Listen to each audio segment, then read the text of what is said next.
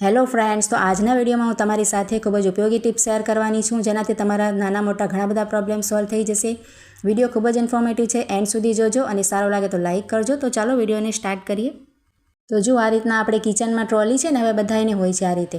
તો ક્યારેક શું થાય, ઘણા ટાઈમ પછી વપરાશમાં આપણે રોજ ખોલ બંધ કરતા હોઈએ ને, તો આ રીતે જે ટ્રોલી છે ને, આ રીતે જો ફિટ ના થાય બરાબર. મારી જો આ બંને નીચેની બંને છે ને બરાબર ફિટ થઈ ગઈ છે, અને ઉપરની હમણાં થોડીક ટાઈમથી બંધ નથી થતી. જુઓ, તો આ રીતે તમને બતાવવા માટે મેં આજે સોલ્યુશન બતાવવા માટે જ સરખી નથી કરી. તો તેના માટે હું તમને એક સરસ આઈડિયા બતાવું છું. તેનાથી તમારે એક મિનિટમાં જ તમારી આ પ્રોબ્લેમ દૂર થઈ જશે. તમારે શું કરવાનું, આ રીતના એક સાબુ લઈ લેવાનું. કપડાં ધોવાનું પણ લઈ શકો, આ રીતે નાહવાનું મેં સાબુ લીધું છે. અને જે નીચેનું તેનું બંધ કરવાનું હોય છે ને, તેની જે આ રીતે જો તમે જોઈ શકો છો ને, એ રીતે આપણે સાબુ ઘસી લેવાનું. જો આ રીતે બંને બાજુ આપણે છે ને ટ્રોલીની આપણે સાબુ લગાવી લેવાનું. અને જો તમારે સાબુ ન લગાવો હોય તો જે મીણબત્તી આવે છે ને, તેને પણ તમે ઘસી શકો.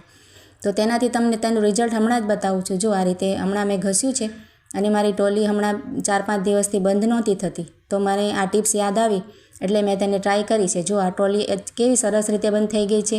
તો સાબુ લગાવ્યા પછી તમારે થોડોક તેને ધક્કો મારીને આ રીતે તમે બંધ કરશો ને, તો એકદમ સરસ રીતે બંધ થઈ ગઈ. જુઓ, તો ખૂબ જ સારી ટિપ્સ છે. મેં આજમાવીને પછી જ તમારી સાથે શેર કરી છે. તમે પણ જરૂરથી ટ્રાય કરજો, અને સારી લાગે તો કમેન્ટ કરજો. ત્યાર પછી જો આ રીતના આપણે બટેટા ક્યારેક આપણે કંઈ બનાવવું હોય બાળકો માટે, સ્કૂલ માટે, કે પછી નાસ્તા માટે, પરોઠા વગેરે, તો ગરમ હોય ને તો આપણે તેને છોલી ના શકાય, તેને ઠંડા થતાં બહુ વાર લાગે. તો તમે આ રીતના જે ઝારું આવે છે ને, તેમાં રાખીને કરશો ને, તો ખૂબ જ સરળતાથી તમને આ છાલ પણ નીકળી જશે, અને તે સાથે તેનો ભૂક્કો પણ થઈ જશે. જો આ રીતે તેનો છૂંદો પણ થઈ જશે. ચમચીથી પણ તમે કરી શકો, અને હાથથી પણ કરી શકો. બટેટાને બાફીને ધોઈ લેવાના, એટલે સરસ આપણે સાફ થઈ જાય. પછી આ રીતે ઝારામાં નાખીને આપણે કરાય તો ખૂબ જ સરળતાથી તેની છાલ ઉતરી જશે. ખૂબ જ સરસ આઈડિયા છે, ટ્રાય કરજો, અને સારા લાગે તો કમેન્ટ કરજો.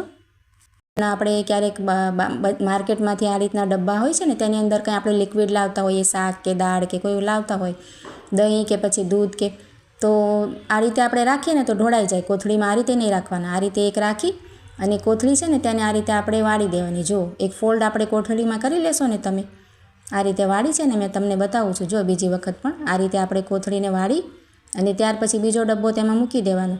તો તમારે આ ડબ્બામાં કોઈ પણ વસ્તુ હશે એ ઢોળાશે પણ નહીં, અને સરસ રીતે ડબ્બા રહેશે. જો આ રીતે તમે ઉપાડશો ને, કંઈ પણ બજારમાંથી લાવીએ તો, અને જો તમને ગમે તો આ રીતે ગાંઠ મારી દેવાય, તો એકદમ સરસ પેક થઈ જાય. આપણી વસ્તુ ઢોળાય પણ નહીં, અને સરસ રીતે આ રીતે ઉપાડીને લાવી શકાય.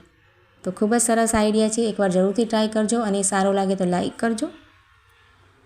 હવે જુઓ, ત્યાર પછીની જે ટિપ્સ છે ને, એ આ રીતના કવરને લઈને છે. આપણને ક્યારેક કોઈ પ્રસંગ હોય કે કંઈ પણ હોય ને, તો આપણે આ રીતે કવર આવતા હોય પૈસામાં, પણ આપણે આ રીતે એક વખત નામ લખાઈ જાય ને, પછી તે ઉપયોગમાં ના આવે, બધાના નામ લખેલા હોય, તો તેને આપણે શું કરવાનું, આ રીતે જો તેના ખૂણા છે ને કટ કરી લેવાના. આપણે કોઈ પણ કવર હોય ને, તે આ રીતે તેના બંને ખૂણા કટ કરી, અને તેનો ખૂણાનો સરસ તમને ઉપયોગ બતાવું છું.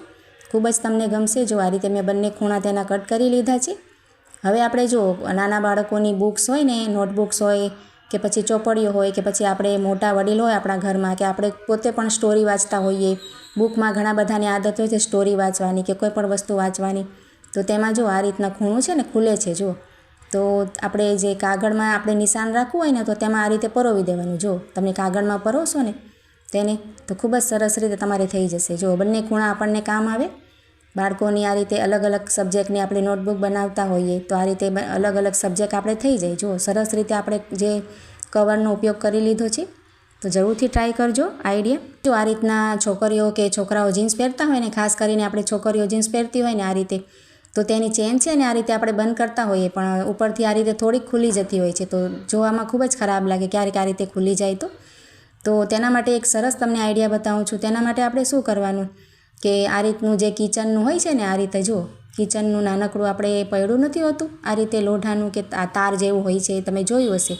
તે આપણી પાસે એક્સ્ટ્રા કોઈ પણ હોય ને, તો તે આપણે લઈ લેવાનું. જુઓ, ત્યાર પછી તેનું જે ધાર હોય છે ને, આપણે ચાવી પરોવી હોય, તેમાં આ રીતે ચેનનું જે નાકું હોય ને, તે પરોવી દેવાનું આપણે સરસ રીતે.